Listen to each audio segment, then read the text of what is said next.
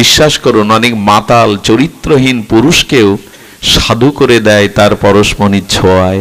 নারী পারে না, যদি সে বৈষ্ণব হয়, সে পারে না এমন কোন কাজ জগতে।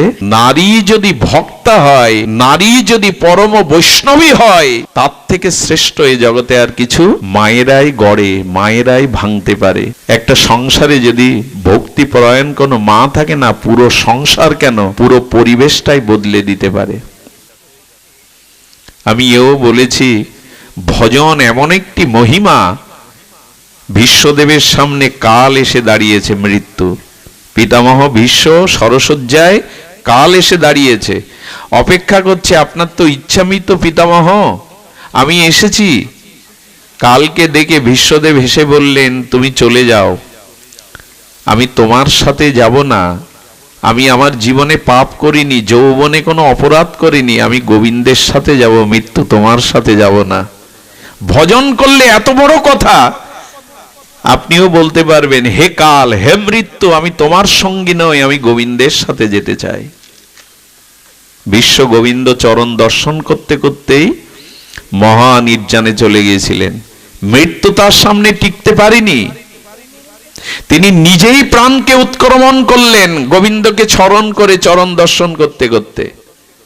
কালকে, মৃত্যুকে পরাভূত করে তাড়িয়ে দিলেন, আমার জীবনে আমি পাপ করিনি, চলে যাও, তোমার সাথে আমার যাওয়ার কথা না।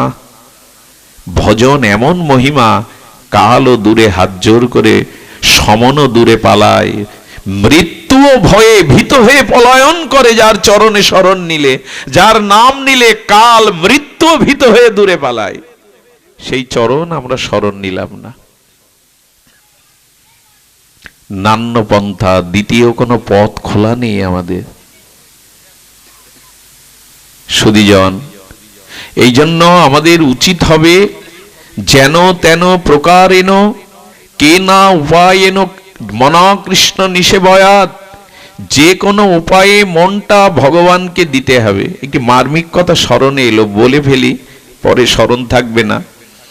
মার্মিক কথা হলো, ভগবান গীতা ভাগবত শাস্ত্রে আমাদের মনকে চেয়েছেন। কি চেয়েছেন? মন। মনমনা ভব, মদ ভক্ত, সব কিছুতেই মন চেয়েছেন। আমার একটু কূট বুদ্ধি, তো আমি যদি একটু পূর্বপক্ষ হয়ে কূট বুদ্ধি তুলি, ভগবান আর কিছু চাইলে না, তুমি মন চাইলে। আচ্ছা, এই যে কাপড়টাই, বস্ত্রটা, এটা শুদ্ধ না, পবিত্র না? গোবিন্দ যদি একটা কাপড় চাইতেন, আমি নূতন কোনো শুভ্র সূচি কাপড় তাকে দিতে পারতাম, যাতে কোনো ময়লা নাই। গোবিন্দ যদি বলতেন একটা ফুল দাও, এই ফুলটা সৌন্দর্যময়, সুগন্ধময়, এটা তোমাকে দেওয়া যায়। আচ্ছা, গাছের একটা ফল, গাছের একটা ফল, সেটাও তোমা দেয়, তাতে দোষ নাই, সেটা আস্বাদ্য। কিন্তু ভগবান এমন একটা জিনিস চাইলো, যার থেকে অশুদ্ধ জিনিস আর। এখানে বলতে পারবেন কেউ বুকে হাত দিয়ে যে আমার মন 16 আনা শুদ্ধ? বরঞ্চ শুনে রাখুন, আমার মনের খবরটা আপনাদের বলি। অনন্ত জন্ম ধরে কামনা বাসনা কুসংস্কার পাপ অপরাধের এই অশুদ্ধ মন আমার। গোবিন্দ, তুমি আর জিনিস চাইতে পাইলে না, আর কোনো জিনিস তোমার মনে পড়লো না। এই পাপে ভরা, অপরাধে ভরা, কামনা বাসনায় গিজ গিজ করছে, এরকম অশুদ্ধ মন চাইলে? কতটুকু মার্মিক কথা। গোবিন্দ কি চাইছেন আমাদের কাছে? টাকা পয়সা? আচ্ছা, শরীরটা চাও, এটা একটু ঘষে মেজে সাবান মেখে গঙ্গা জলে চান করে তোমায় দি। তুমি শরীর চাইলে না, অর্থ চাইলে না, চাইছো মন। অথচ সেই মনটা অনন্ত জন্মের পাপ পঙ্কিল মলিনতায় অশুদ্ধ। ভগবানের কথা খুব রহস্যময়। কেন হরি কথা শুনতে হয়? গোবিন্দ বললেন, আমি জানি তোমার মন বিষয়মুখী, আমি জানি তোমার মন, তোমার চিত্ত অনন্ত জন্মের কুসংস্কার পাপে অপরাধে ভরা। এই জন্য তোই চাইছি আমি তোমার। কারণ আমার চরণে যদি মনটা দিতে পারো, তবে আমি বলতে পারি ওই মন আর অশুদ্ধ থাকবে না, ওই মন চিরশুদ্ধ হয়ে যাবে। ওই মন তখনই শুদ্ধ হবে যদি আমাকে দিতে পারো। আচ্ছা, সোনা খাঁটি হয় কিসে দিলে? সুবর্ণ হেম সোনা খাঁটি হয় কিসে দিলে? বারবার আগুনে পোড়ালে। ভগবান বলছেন, ধাতু সোনা যদি খাঁটি হয় আগুনে পোড়ালে, আগুনের গুণ আছে। কয়লার কালত্ব যদি আগুনে কয়লা দিলে ঘুচে যায়, তেমন আমার চরণের একটা মহিমা আছে। ওই অশুদ্ধ মনটা একবার আমায় দাও, আমি শুদ্ধ করে পবিত্র করে দেব, ওই মনটা নির্মল করে দেব। অশুদ্ধ বস্তুটাই চাইছেন, পাপে ভরা, কামনা বাসনায় ভরা মন চাইছেন। ভালো যদি তোমায় দেই, তা তোমার মহিমা কি আছে গো? তুমি অন্ধকারকে আলো করতে পারো বলে, পাপীকে পাপ মুক্ত করো করতে বলেই তো তোমার চরণে শরণ নেব। গোবিন্দ দেখুন ভগবত কথার কি রহস্য।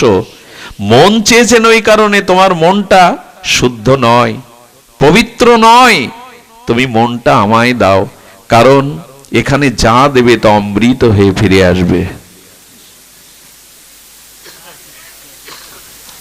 জগাই মাধাইয়ের থেকে পাপ আমরা কেউ করিনি। একবার ভেবে দেখুন তো, জগাই মাধাইয়ের পরের ঘরে আগুন দিয়েছে, পরস্ত্রীকে লুণ্ঠন করেছে, হ্যাঁ, অমেদ্য মদ মাংস নিয়ে পড়ে থাকতো, সাধুদের অত্যাচার, দিন দুঃখীদের প্রতি রুলার চালিয়েছে তারা, মদের গন্ধ বেরোচ্ছে। শুধু তাই না, নিত্যানন্দ প্রভুর মতো অবধূতকে তারা, করুণাদাতা প্রেমদাতা পতিতের বন্ধুকে তারা কলসি দিয়ে মাথা ফাটিয়ে রক্ত ঝরাচ্ছে। এত পাপ আমি আপনি তো করিনি। সেই মাধাইয়ের দিকে তাকিয়ে নিতাই বলছে, মাধাই রে, মার, আমাকে আরো মার, আমাকে রক্ত ঝরা, তবে একবার গৌর বল। এত প্রেম নিয়ে আমাদের জন্য আসছেন, এত অশুদ্ধ যে, এত স্খলিত চরিত্র যে, মেরেছিস মার, কিন্তু একবার গৌর বল। সেই নিতাইয়ের যুগে, মহাপ্রভুর যুগে যদি আমাদের আশ্রয় না নেই, আমরা যাব কোথায়? আমাদের আর জায়গা কোথায়? এই নিতাই চাঁদের মহিমা শুনুন। এই নিতাই হলো আমাদের বলদেব। বলদেব কুরুক্ষেত্রের যুদ্ধে, এই যুদ্ধ দেখবে না বলে, কোনো পক্ষ নেবে না বলে বলদেব চলে গিয়েছিলেন। গিয়ে দেখছেন লোমহর্ষণ ঋষি ভাগবত পাঠ করছে। লোমহর্ষণ ঋষি, যার পুত্র সুত, সেই লোমহর্ষণ ব্যাসপীঠে যখন পাঠ করছেন, তখন ভগবান বলদেব বলরাম এসে উপস্থিত। কিন্তু এই ব্যাসপীঠের একটা নিয়ম আছে, এই ব্যাসপীঠে যারা বসে ভাগবত বলেন, যদি গুরুদেবও আসে, ভগবানও আসে, তবে নিয়ম নাই ব্যাসপীঠ থেকে নেমে গিয়ে প্রণাম করা। তাকে অভিবাদন জানানো যায়, ভাগবতের মালাটা দেওয়া যায়, পাশে বসানো যায়, কিন্তু ব্যাসপীঠ থেকে উঠে যাওয়া, এটাই আসনের সম্মান। তো উনি উঠে, বলদেবকে জানেন উনি ভগবান অভিন্ন, সংকর্ষণ মূল অংশী, কিন্তু নামলেন না। বলদেবের ক্রোধ হয়ে গেল। এত ক্রোধ হলো যে, আমি ভগবান, আমাকে দেখে ব্যাসপীঠ থেকে নামলি না। একটা তৃণ ঘাস তুলে ছুড়ে দিলেন, মাথাটা কেটে পড়ে গেল ওই ব্যাসপীঠ থেকে লোমহর্ষণে। এত ক্রোধ, এত ক্রোধ। সেই বলদেব নিতাই হয়ে এলেন। শচীসুত হইল যেই, বলরাম হইল নিতাই।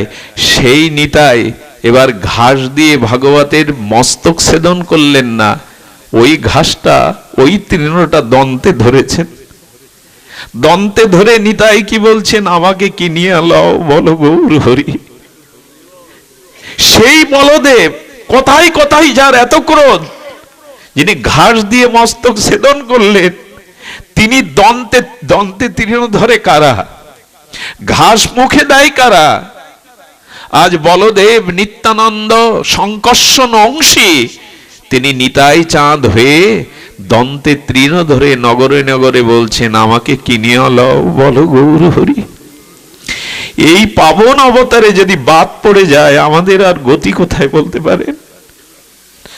এই নিতাই চৈতন্যের এত করুণা ধারায় যদি ভিজতে না পারি, এই আশ্রয় না নিতে পারি, আমাদের আর গতি কোথায়? আপনারা জানেন বলদেবের আছে হল, আছে হল মানে নাঙল। এই নাঙল দিয়ে মাঝে মাঝে হস্তিনাপুর উড়িয়ে উনি ভারত মহাসাগরে ফেলে দিতে চাইছেন। এত ক্রোধ বলদেবের। লক্ষণের তো কথায় কথায় ক্রোধ। ভগবান পরশুরামের সাথে প্রায় যুদ্ধ বাঁধিয়েছিলেন লক্ষণ। সেই লক্ষণ, সেই বলদেব এবার নাঙল আনলেন না। নাঙলটা আছে বলদেবের, ওটা যায় না। তো যদি বলি নিত্যানন্দ প্রভু, তুমি বলদেব প্রভুর নাঙ্গরটা কোথায় লোকালে? বলেন, আমি নাঙ্গল এবার এনেছি, তবে তোমাদের হৃদয় ভূমিতে চাষ করার জন্য। নাঙ্গল দিয়ে কি করায়? অনেক পতিত জমিতে নাঙ্গল দিয়ে ভূমি উর্বর করে শস্য বপন করে ফসল ফলিয়ে অভাব দূর করায়। নিতাই বলছে, আমি করুণা প্রেম দিয়ে চাষ দিয়ে তোমার এই পতিত হৃদয়টাকে প্রেম ভক্তির, গৌর প্রেম, ব্রজ প্রেমের ফসল ফলিয়ে তোমাকে আমি প্রেম দান করব। এই করুণার যুগে আমরা বাদ পড়ে যাচ্ছি। বলতে পারেন আমাদের গতি কি হবে? এত করুণা নিয়ে ভগবান আমাদের সামনে আসেননি ইতিপূর্বে, এত করুণা নিয়ে তার আগমন হয়নি।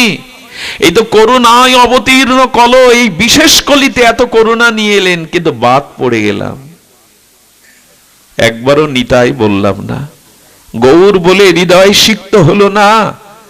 আমাদের কি গতি হবে বলতে পারেন?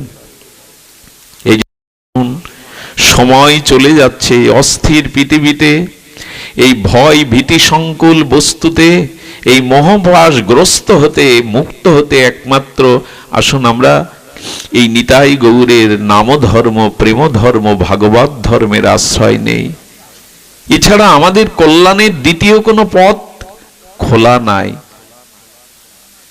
নিতাই না বলিল মুখে, মজিল সংসার সুখে, বিদ্যাকুলে কি করিবে তাই? কি হবে বিদ্যা কুল ধন যদি নিতাই না বলল, গৌর না ভজল? মৃত্যুর পরে এই নিতাই বলা, গৌর বলা, হরি বলা, এই সম্পদটাই মৃত্যুর পরে কাজে লাগবে। বাড়ি গাড়ি ধন সম্পত্তি মৃত্যুর পরে কাজে লাগবে না। সেই সম্পত্তিটা বাদ দিয়ে যা আমার পরপরে শেষের দিনে কাজে লাগবে না, সেই সম্পদটাই সারা জীবন কুড়িয়ে গেলাম। খুব কি সুবুদ্ধি আমাদের! মৃত্যুর পরের অধ্যায়ে তো এই জাগতিক কোনো বস্তু আমায় ওখানে সাথে সহযোগিতা করতে যাবে না। যা সেদিন যাবে সেটাই তো সঞ্চয় করলাম না। ভালো লাগে আপনাদের, কত দূর দূরান্ত থেকে ছুটে আসেন এই সাধুগুরুর কৃপা করুণা, এই হরিকথাতে হৃদয়টাকে একটু সিক্ত করার জন্য, এই প্রেম ভক্তি পাওয়ার জন্য, প্রাপ্তির জন্য যে চেষ্টাটা করে যাচ্ছেন, এটা করুন। যদি আমি অসুস্থ হয়ে বাড়িতে বার্ধক্য দশায় জরাগ্রস্ত হয়ে মুমূর্ষু হয়ে পড়ে থাকি, সেই অবস্থায় যদি আজকের এই অনুষ্ঠানের স্মৃতি মনে ওঠে, সেদিন এমন ভক্তদের মুখগুলো মনে পড়ে, এই স্মৃতিটাই সেদিন আপনাকে গোবিন্দর কথা মনে করিয়ে দেবে, পরকালের একটা পথ রচনা করে দেবে। মনে তো পড়তে পারে সেই কবে কোন দিন এমনি করে সাধুসঙ্গ করেছিলাম, এমনি করে হরি কথা শ্রবণ করেছিলাম। ওই স্মৃতিটাই, ভগবত স্মৃতিটাই ওই দিনে আপনার হৃদয়ে প্রেম এনে দেবে, কল্যাণ এনে দেবে। শাস্ত্র বলছেন, কারো চিতার দিকেও যদি কোনো শুদ্ধ গোবিন্দ ভক্ত তাকায়, সুদৃষ্টি দেয়, তার আত্মার সদ্গতি হয়। কারো চিতার দিকে যদি কোনো শুদ্ধ ভক্ত তাকিয়ে দেয়, তার আত্মার একটা সদ্গতি হয়। এজন্য সময় বড় কম, আমাদের সময় বড় স্বল্প। আপনারা এই চৈতন্য নিতাইয়ের করুণা থেকে কেউ বাদ যাবেন না, কেউ বাদ যাবেন না। একটা ভক্ত চরিত্র বলি, এটা নূতন ভক্ত চরিত্র, অনুভূতির বিষয়। আজকের পরিবেশটা বড় শান্ত, এই জন্য হয়তো এই চরিত্র কথাটি আসছে। শ্রী বৃন্দাবলীজি, ইনি ছিলেন বলি রাজার সহধর্মিনী। বৃন্দাবলী, এই বৃন্দাবলীজি একটা অদ্ভুত চরিত্র। সে চরিত্র বড় মহিমান্বিত। এই বৃন্দাবলীজির মতো স্ত্রী জগতে দেখা যায় না। এটা খুব ধ্যান দিয়ে শুনতে হবে। গ্রন্থকার এখানে বলছে বামন অবতার। বামন অবতারের কথা মনে আছে আপনাদের? বামন অবতার যজ্ঞে, বলি মহারাজের যজ্ঞে গিয়ে দান চাইলেন, সেই দানে 3 পদ জায়গা চাইলেন। 2 পদ দ্বারা সমস্ত অনন্ত বিশ্ব ব্রহ্মাণ্ডকে গ্রহণ করলেন, আরেকটি পা নাভিকমল থেকে প্রকাশ করে তার মাথাকে আর চরণে আত্মসাৎ করে নিলেন, তাকে জগতের রাজা থেকে সুতল প্রদেশে পাতালে পাঠিয়ে দিলেন। আমার স্বামীকে যদি ভগবান এই ছলনা করে 3 পাদ জায়গা দানের দ্বারা এইভাবে আমাকে গ্রাস করে পাতালে পাঠায়, তার স্ত্রী ভগবানকে কি বলতে পারে? কেন ছলনা করলে? কেন বামন রূপ ধরে এলে? কেন দান গ্রহণের ছলে তার সর্বস্ব কেড়ে নিলে? কেন তাকে পাতালে সুতলে পাঠিয়ে দিলে? এই ছিল আমাদের বিচার। কিন্তু বৃন্দাবলী কি বিচার করছে? কেন ভগবত ভক্তির প্রয়োজন কেন জানেন? ভগবত ভক্তি যদি একবার আপনার মধ্যে আসে, তাহলে ভগবানের প্রত্যেকটি কাজের মধ্যে আপনি কৃপা, করুণা, লীলার মধ্যে অনুভব করতে শিখবেন। প্রত্যেকটি ভগবানের প্রত্যেকটি বিধানের মধ্যে আপনি করুণা, কৃপাকে উপলব্ধি, তখন আর হাই হাই করবেন না। হাই হাইয়ের বদলে তখন হরি হরি হয়ে যাবে। আহা, তোমার কি করুণা! তো নিজের পতিকে বেঁধে রেখে আর এইভাবে আত্মসাৎ করার পরেও বৃন্দাবলীজির পেছনে কি পথ? এটা ও এই জন্য তো তিনি কি করলেন? সেই সময় ভগবানের স্তুতি করে বৃন্দাবলী কি বলছেন দেখুন। কোন স্বামীকে যদি এই করে, তার স্তুতি করে ভগবানকে, কি বলছে বৃন্দাবলী দি? প্রত্যেকটি কথা একটু সতর্ক সহিত শুনুন। বৃন্দাবলী বলছে, রাজা, আচ্ছা প্রভু, রাজা মানে আমার পতি বলি মহারাজা আপনার সেবক, আপনাকে সে কিছুই দেয়নি। এই দেখুন স্তুতি করছে কিভাবে।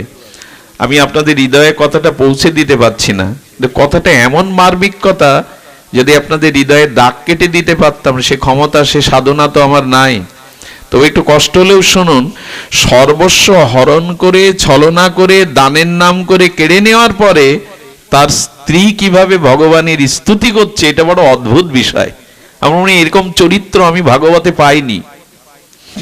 বৃন্দাজি বলছেন যে প্রভু, আপনার সেবক হয়ে, অর্থাৎ আমার পতিদেবতা বলি মহারাজ আপনার সেবক হয়ে তার অভিমান এসেছিল আমি দাতা। দেখুন উল্টে কিভাবে স্তুতি করছে ভগবানের। আমরা হলে কি বলতাম? তুমি ভগবান রূপে এসে ছলনা করে সব কেড়ে নিল। উল্টে বলছেন, আমার স্বামী তোমার সেবক, তোমার দাস, আর তোমার দাস হয়ে এসে প্রভুর অভিমানে তোমাকে দান দিল, এটা তার অন্যায়। ভাবনাটা একবার ভেবেছেন? আচ্ছা, আমরা গোবিন্দের দাস না প্রভু? আমরা সকলেই ভগবানের দাস। তো রাজা, আমার পতিদেবতা বলি রাজা হলেও তো আপনার দাস, কিন্তু তার অভিমান এসেছিল সে রাজা, সে দাতা। আচ্ছা, কি দিল আপনাকে ভগবান? এই অনন্ত বিশ্ব ব্রহ্মাণ্ডের অনুপরমাণু সবই তো তোমার। সে তোমাকে কি দিল? তোমারই বস্তু তোমাকে দিল, তাতে তার এত অভিমান কেন দানের? এরকম করে ভাবা যায়? একবার আমি কথাটা পড়ার পরে না মাথা ঘুরছিল। বান মারলে যেমন শিকারি বান মারলে যেমন সে ঘুরতে ঘুরতে পড়ে যায়, এই কথাগুলো, কিছু কথা এমন সিদ্ধান্ত এমন আছে মাথার মধ্যে আসলে মাথা ঘুরতে থাকে, ওর থেকে বাইরে যেতে পারবেন না। বলছেন সে তো কিছু দান করেনি, কারণ অনন্ত বিশ্ব ব্রহ্মাণ্ডে সব আপনার। আপনার বস্তু আপনাকে দেখো দান বলে? বৃন্দাবলী এই কথা বলছেন, প্রভু আমি বড় দানি, এই অভিমান বরঞ্চ আমার স্বামীর এসেছিল, সেই অভিমান তুমি ভঙ্গ করে দিলে। কারণ অভিমানটাই ভক্তির পথে বাধা, সেটা তুমি দূর করে দিলে করুণা করে। সব কেড়ে নেওয়ার পরে কারো সহধর্মী এরকম ভক্ত না হলে বলা যায়? এভাবে ভাবা যায় যে সে সেবক হয়ে রাজা হয়ে বসেছিল, আর তোমাকে দান করার অভিমান তার এসেছিল, কিন্তু যার বস্তু তাকে দেওয়া দান বলে না, কিন্তু তার অভিমান এসেছিল। সেই অভিমানের বশবর্তী হয়ে আমি দানি, এই অভিমানকে তুমি ভেঙে দিয়েছো প্রভু। অনন্ত কোটি ব্রহ্মাণ্ডের স্বামী তুমি, মালিক তুমি, প্রভু তুমি, ভর্তা তুমি, তবু সে নিজেকে স্বামী বলে, রাজা বলে অভিমান করেছিল। আর ভিক্ষুক হয়ে আজ তোমার বস্তু তোমাকে দান দিয়ে দাতা সেজেছে, ক্ষমা করে দাও। কি অনুভূতি! ক্ষমা করে দাও। এভাবে ভাবলে কারো আর দুঃখ থাকে গো? এই জন্য জীবনে যে কষ্ট দুঃখ যায় আসুক, এটা ভগবানের কৃপা মনে যদি করতে পারেন, তাহলে দুঃখ আর আপনাকে স্পর্শ, যন্ত্রণা আর আপনাকে যন্ত্রণা কাতর করবে না। এতে আপনার বড় অপমান হয়েছে প্রভু, সেবক হয়ে রাজা সেজেছে, তোমার বস্তু তোমাকে দিয়ে দানি হয়েছে, এতে বড় অপরাধ হয়েছে, ক্ষমা করে দাও প্রভু, আহা ক্ষমা করে দাও। তোমার বস্তু তোমাকে দিয়ে সে দাতা সেজেছে, এটা আপনার বড় অপমান হয়েছে। কৃপা করে করুণা করে তুমি তার দম্ভকে চূর্ণ করে দাও, দম্ভকে তুমি চূর্ণ করে দাও। মা ওখানে কথা বলো না, বারান্দায় কথা বলো না, চূর্ণ করে দাও। প্রভু তোমার এই করুণা, তোমার এই দানে আমি শত সহস্র গুণ পরম আনন্দ পেয়েছি। সব হারিয়ে কথা কারা বলতে পারে মা? বাবার একটু ধ্যান দিয়ে শুনুন, সব হারিয়ে বলছে প্রভু, আহা প্রভু করুণা করে তুমি আমাদের আশ্রয় দিয়ে আমাদের ধন্য করেছো। রাজা বলির এই মহিমাকে বৃন্দাবলীজি অপূর্বভাবে ব্যাখ্যা করছেন। পতিকে অত্যন্ত অভিমান করে বেঁধে রাখলেন, নরকে পাঠালেন, এটা উচিত ছিল, কিন্তু আপনি করুণা করে তার দুয়ারে দাঁড়ি হয়ে গেলেন। আপনার বস্তু আপনাকে দিয়ে সেবক হয়ে দাতা অভিমানে গোবিন্দ কি করেছিলেন জানেন? সুতল রাজ্যে বলিরাজের দাঁড়ি হয়ে দাঁড়িয়েছিলেন। সর্বস্ব দিলে আমায়, সব দিয়ে দিলে, তবে যে সব আমাকে দেয় আমি তার দাস হয়ে যাই, আমি তার দাস হয়ে যাই। বৃন্দাবলী কোনো দোষ দেখছেন না, ভগবান দাস হয়ে গেলেন। এমন করুণা আর কারো জগতে আছে গো? সবাই তো আমাকে দাস বানাতে চায়, আর গোবিন্দ বললেন যে আমার দাস হয় আমি তার দাস হতে চাই। ভক্ত মেরা মুকুট মণি, মেয়ে ভক্ত কা দাস। এই জগতে কোনো মহাজন চায় না তার দাস কর্মচারী তার থেকে বড় হোক। হ্যাঁ, বাড়ি গাড়ি করে দিতে পারে, কিন্তু তার থেকে বড় হোক চায় না। আর গোবিন্দ বললেন যে আমার চরণে শরণ নেয়, আমি তাকে মাথার মুকুট করে আমি তার দাস হয়ে থাকি। এটা প্রমাণ করে বলছেন, বলিরাজের দুয়ারে তিনি দাঁড়ি হয়ে দাঁড়িয়েছেন। প্রভু আপনি জগতে লীলা করবার জন্য, ক্রিয়া করবার জন্য জগৎ সৃষ্টি করেছেন, সবই আপনার লীলা, কিন্তু আমরা আপনার লীলাকে বুঝতে পারি না। আমরা মোহিত হয়ে যাই মায়ার দ্বারা। আমরা মিথ্যা কর্তৃত্ব অভিমান, আমি কর্তা, এই অভিমানে আমরা নষ্ট হয়ে যাই। সেই অভিমান দূর করে তুমি এ দাসরে কৃপা করতে এসেছো। সর্বস্ব কেড়ে নিলে যিনি এটা বলতে পারেন, এটাই ভক্ত চরিত্র, এটাই ভক্তের মহিমা। সুধীবৃন্দ, দ্রৌপদীর 5 পুত্রের মাথা যে কাটলো রাতের অন্ধকারে ঘুমন্ত সন্তানদের, তার মাথা কাটার সময় যখন এলো, দ্রৌপদী অর্জুনকে বলছে, কৃষ্ণকে বলছেন, না আমার কোল হারিয়েছে, আমি সন্তান হারায় যে ব্যথার অশ্রু ফেলছে, আমি চাই না আমার কারণে অন্য কোনো মায়ের কোল খালি হোক। এটা কারা ভাবতে পারে? দ্রৌপদীর মতো ভগবানের প্রিয় ভক্তরাই এই কথা ভাবতে পারে। আমার মনে হয় কি জানেন, আমার মনে হয় দুঃখটাও সুখের রূপ নেয় যদি ভজন থাকে সাথে, ভগবত ভক্তি সাথে থাকে, দুঃখটাও সুখের রূপ নেয়, বিষ অমৃত রূপ। আর এই ছাড়া বর্তমান সময়ে ভালো থাকার, শান্তিতে থাকার অন্য কোনো উপায় নাই। এই দেখুন তার প্রমাণ। সব নিয়ে নিলে তিনি বলছে, বৃন্দাবলী বলে প্রচুর ক্রিয়া করার জন্যই জগৎ সৃষ্টি করেছেন, সবই আপনার, তবু সেই লীলার দ্বারা আমাদেরকে আপনি ধন্যাতি ধন্য করছেন। মায়ায় মোহিত হয়ে, নির্লজ্জ হয়ে আমরা নিজেকে অভিমান করি আমি কর্তা, কিন্তু আপনি কৃপা করে এমনি করে চরণে আশ্রয় দেন, বলি মহারাজের কীর্তি জগতে তুলে ধরলেন। আমাদের একটা কথা এখানে বলা দরকার, এই কথাটা একটু হৃদয়ে লিখে নেওয়া দরকার। আমি কথাটা বারবার বলি, হৃদয়ে লিখুন। এখানে শ্রী রামানুজাচার্য, ইনি এই পরম আচার্য চতুর্সম্প্রদায়ের, তিনি একটা কথা বলেছেন, হে নাথ, যা কিছু আমার, আমি স্বয়ং সব আপনারই, সবই আপনারই। উনি বলতে বলতে 3টে বিষয় এখানে বলেছেন। বৃন্দাবলী তিয়াসী না দেখি কহু তিয়া নয় না, শব্দটি ধ্যান দিন। দুর্লভ বৈষ্ণব রাজা, দুর্লভ বিপ্র বৈষ্ণব, দুর্লভা বৈষ্ণবী নারী অতি দুর্লভ দুর্লভা। শ্লোকটি বড় মূল্যবান। এখানে কি বলছেন?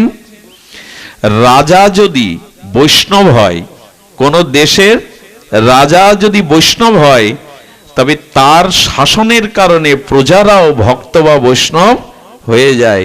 তবে রাজা শুদ্ধ ভক্ত রাজা এই জগতে বড় বিরল। যদি হয় তাহলে জানতে হবে সেটা দুর্লভেরও দুর্লভ, সেটা দুর্লভেরও দুর্লভ। অম্বরীশের মতো রাজা যদি হয় তাহলে প্রজাদেরকেও তিনি ভক্তিময়। ইনি কোন রাজ্যের রাজা যদি ভক্ত হয়, বৈষ্ণব হয়, তবে সেই দেশের প্রজারাও দলে দলে ভক্ত হয়ে যায়। তাই বলেন দুর্লভ বৈষ্ণব রাজা, দুর্লভ বিপ্র বৈষ্ণব। একটা কথা বলি, ব্রাহ্মণ যদি কখনো বৈষ্ণব হয়, জানবেন তার থেকে শ্রেষ্ঠ আর এই জগতে নাই। কিন্তু কিছু মনে নেবেন না, ব্রাহ্মণ কুলে জন্মানোর পরে আমাদের একটা অভিমান থাকে, আমরা কিছু অপরাধ না নিয়ে ব্রাহ্মণরা প্রায়শ হরিভক্তি পরায়ণ হতে চায় না। যদি কেউ হয় তবে জানবেন তার থেকে শ্রেষ্ঠ আর কেউ নাই। ব্রাহ্মণ যদি হরিভক্তি পরায়ণ হয়, ব্রাহ্মণ যদি বৈষ্ণব হয়, জগৎকে তরাতে পারেন তিনি। কিন্তু যদি অভিমান নিয়ে বসে থাকে আমি জাতির শ্রেষ্ঠ, আমি পণ্ডিত, আমি অমুক, আশ্চর্য হতে হয়। কিছু মনে করবেন না, যজমানের বাড়িতে এক গ্লাস জল খায় না পাত্রে, অথচ চার দোকানে সে চা খায়। এদের দিয়ে সমাজে কি হবে বলতে পারেন? যজমানের বাড়িতে একটা নতুন গ্লাসে আমি এই পরের বাড়িতে কিছু, অথচ চার দোকানে তাকে চা খেতে দেখবেন। এটা কি ব্যাখ্যা করবেন? এই জন্য ব্রাহ্মণ হয়েও যদি বৈষ্ণব হয়, ভক্ত হয়, তার থেকে শ্রেষ্ঠ আর এই জগৎ, এটা দুর্লভেরও। এই জন্য সহসা পাওয়া যায় না। যদি পাওয়া যায় তবে তাকে শ্রেষ্ঠত্ব দিবেন, তাকে মান্যতা দিবেন। আরেকটি দুর্লভ আছে, দুর্লভা বৈষ্ণব নারী অতি দুর্লভ দুর্লভা। বৈষ্ণব রমণী মানে বৈষ্ণব নারী পাওয়াও জগতে বড় দুর্লভ।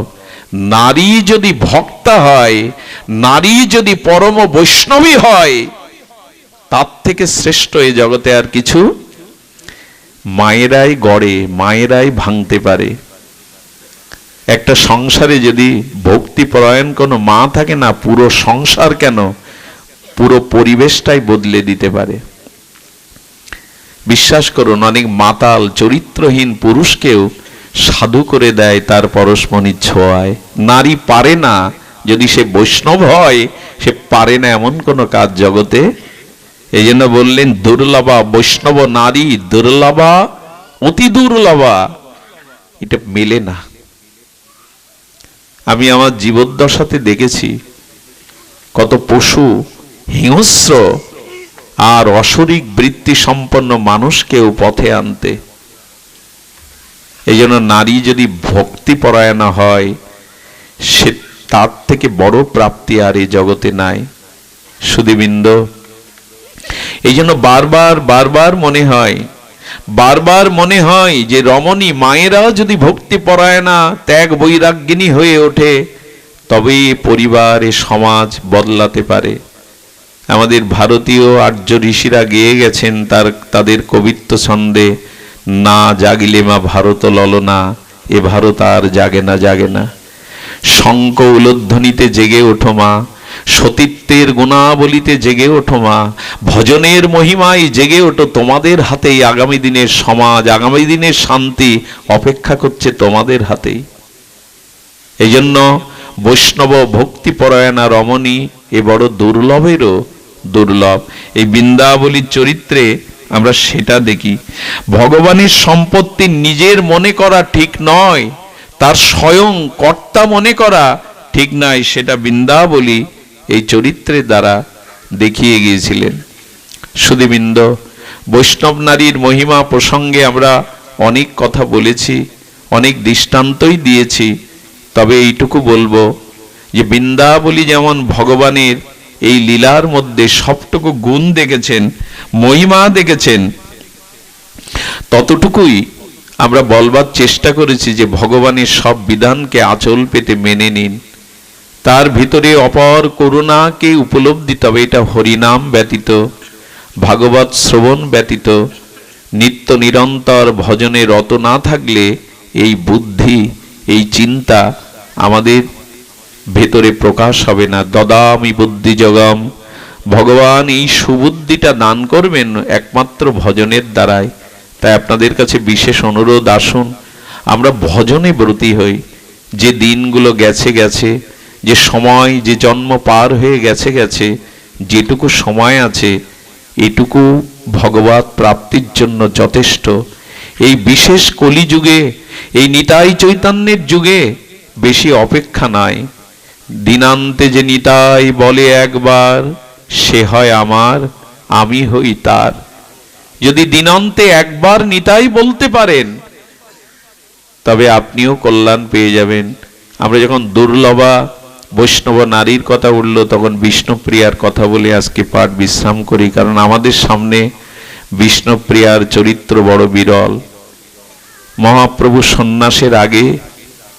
সন্ন্যাসের আগে বিষ্ণুপ্রিয়া দেবীর এই ষোড়শী পরমা গুণবতী রূপবতী এই জগৎলক্ষ্মী বিষ্ণুপ্রিয়াজির চোখ দিয়ে বিন্দু বিন্দু অশ্রু গড়িয়ে পড়ছে আর বলেছিল, প্রভু আমি শুনছি আকাশে বাতাসে আপনি কি সন্ন্যাস নিয়ে চলে যাবেন, সন্ন্যাস গ্রহণ করবেন?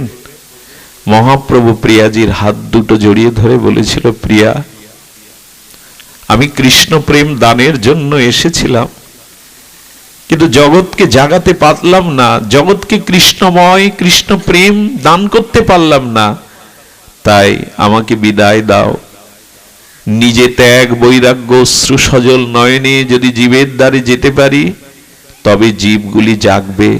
মহাপ্রভু সন্ন্যাস নেওয়ার প্রয়োজন ছিল না, তিনি নবদ্বীপের সংকীর্তন পিতা হয়ে জগৎকে প্রেমে ভাসাতে পারতেন, কিন্তু ত্যাগ বৈরাগ্য ছাড়া এই যুগে মুখের কথা কেউ গ্রহণ করবে না। এই জন্য মহাপ্রভু নিজে সন্ন্যাস গ্রহণ করে এই ত্যাগ বৈরাগ্যকে জগতে দেখালেন।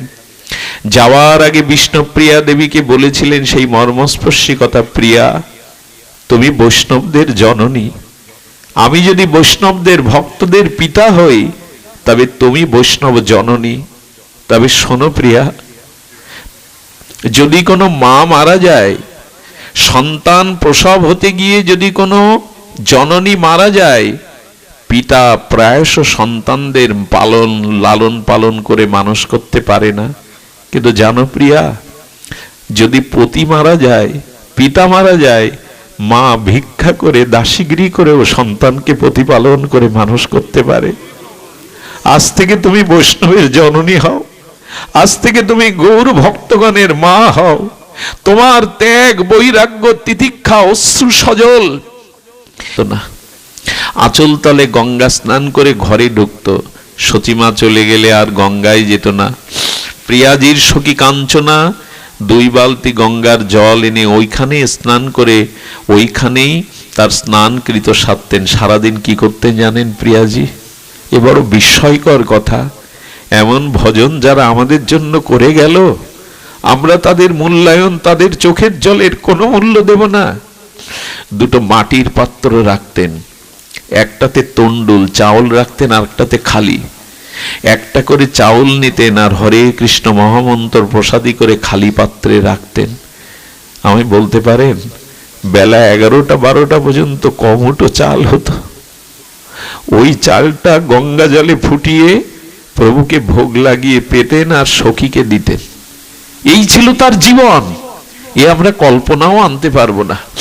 কৃষ্ণ ভজন সহজে হয় গো, এত ভোগের মধ্যে বিলাসিতার মধ্যে হয় গো।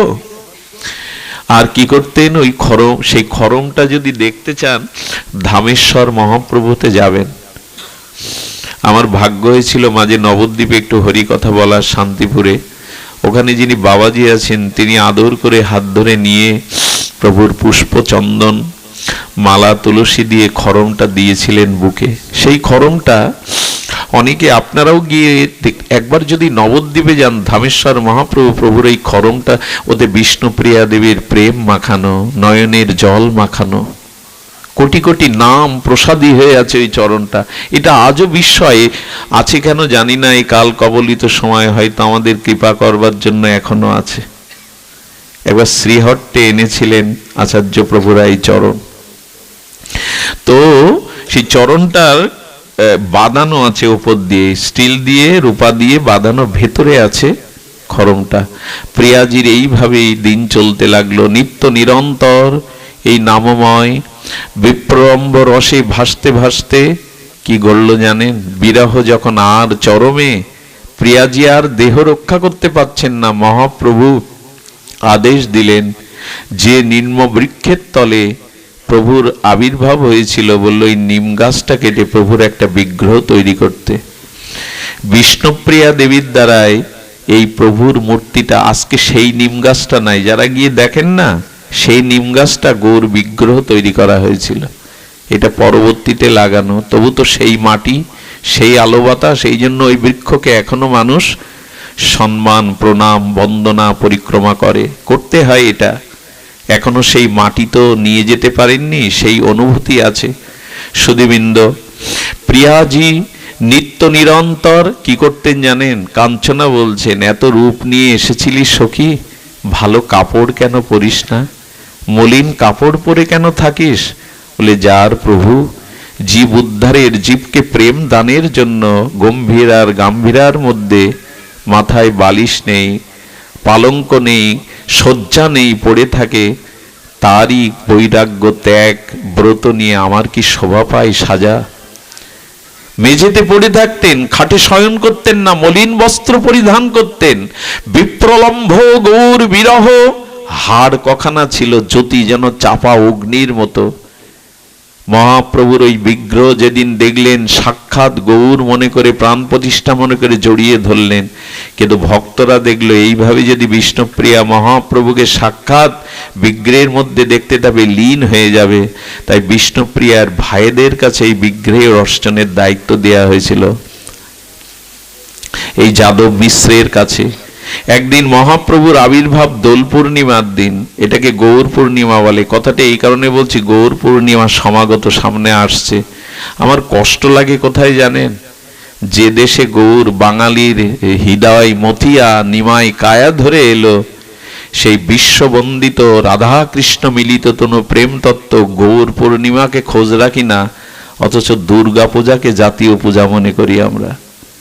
দুর্গা পূজাকে আমি জাতীয় পূজা স্বীকৃতিতে নিষেধ করছি না, কিন্তু যে দুর্গা গৌর চরণ বন্দনার জন্য নবদ্বীপে গিয়ে তপস্যা করলেন, সীমান্ত দ্বীপ নামে ওই দ্বীপটার নাম হয়েছে, সেই দুর্গা পূজাকে আমরা জাতীয় উৎসব বলি, অথচ গৌর পূর্ণিমার খোঁজ আমরা।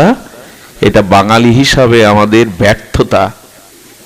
এই বাঙালির ঘরে মহাপ্রভু এলেন, রাধা কৃষ্ণ, সারা অনন্ত বিশ্ব ব্রহ্মাণ্ড যার হরিনামে আজ ভাসে, আজ তার আবির্ভাবকে আমরা পালন করি না, অথচ দুর্গা পূজাকেই আমরা জাতীয় উৎসব। দুর্গা পূজা করুন, তাতে বাধা নাই, কিন্তু মহাপ্রভু কোথায়? তাকে কি স্মরণ করি বছরের তার আবির্ভাব দিনে? আসছে গৌর পূর্ণিমা, একটু উপবাস থাকবেন, সন্ধ্যায় অভিষেক করে একটু সংকীর্তন নাম, গৌর লীলা চরিতা বলি আস্বাদন করবেন।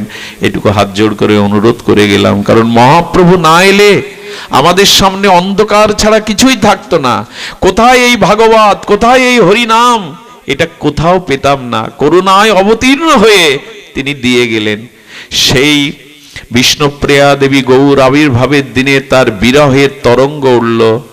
নিত্যানন্দ শক্তি মা জাহ্নবা আর অদ্বৈত শক্তি আমাদের সীতা ঠাকুরের দুইজন দেখতে গেলেন। দেখলেন কখনো হাড় আছে, বাছা কাঁদতে কাঁদতে বিরহে এ কি করেছিস দশা? জাহ্নবা মা সীতাকে দেখে জড়িয়ে ধরলেন, মা আর পাচ্ছি না, প্রভুর বিরহে আর আমি সহ্য করতে পারছি না, মা আমাকে কোল দাও, আমাকে আশ্রয় দাও। এই জাহ্নবা আর বসুদা আমাদের সীতা ঠাকুরানী, তারা বিষ্ণুপ্রিয়াকে ঘুমটা দিয়ে আনলেন মহাপ্রভুর বিগ্রহের পাশে। চারিদিকে ভক্তগণ হরিনাম সংকীর্তনের তরঙ্গে আকাশ বাতাস মুখরিত করেছে। আর মহাপ্রভুর সেই বিগ্রহ দেখে বিষ্ণুপ্রিয়া দ্বার খুলে ভেতরে প্রবেশ করলেন। মহাপ্রভুর শ্রীবগ্র দর্শন করে এই বিরোহিণী বিপ্রলম্বা রসে ভাসমান বিষ্ণুপ্রিয়া প্রভুকে জড়িয়ে ধরলেন। ওই সাথে সাথে প্রিয়াজি প্রভুর সাথে লীন হয়ে গেলেন। এই বিগ্রহটাই হলো ধামেশ্বর মহাপ্রভু। এই বিগ্রহ এখনো নবদ্বীপে ধামেশ্বর মহাপ্রভু বিরাজমান। এই বিষ্ণুপ্রিয়া দেবীর ত্যাগ বৈরাগ্য আমাদের গৌড়ীয় গণের অস্তিত্বকে বজায় রেখেছে। এত অশ্রুজল, এত ত্যাগ বৈরাগ্য, তার কোনো মূল্য কি আমরা দেব না? আসুন, যারা এসেছেন কৃপা করে এই আগিনায়, এই হরিকথা শ্রবণে জীবনের যেটুকু সময় অবশিষ্ট আছে, আসুন আমরা গৌর চরণে, নিতাই চরণে সমর্পিত করে ভক্তি জীবন, ভজন জীবনকেই গ্রহণ করি। আজ এইটুকুই। আপনাদের মঙ্গল হোক, সকলের কল্যাণ হোক, গৌর চরণে আমাদের রতিমতি হোক, এই প্রার্থনা করে আজকের হরিকথা বিশ্রাম। মহাপ্রভুর কৃপা হলে আবারও আপনাদের এই আনন্দময় সান্নিধ্যে হরিকথা বলার প্রয়াস রইল। জয় শ্রী গুরু প্রেমানন্দে গৌর হরি বল। জয় শ্রী রাধে, জয় শ্রী রাধে।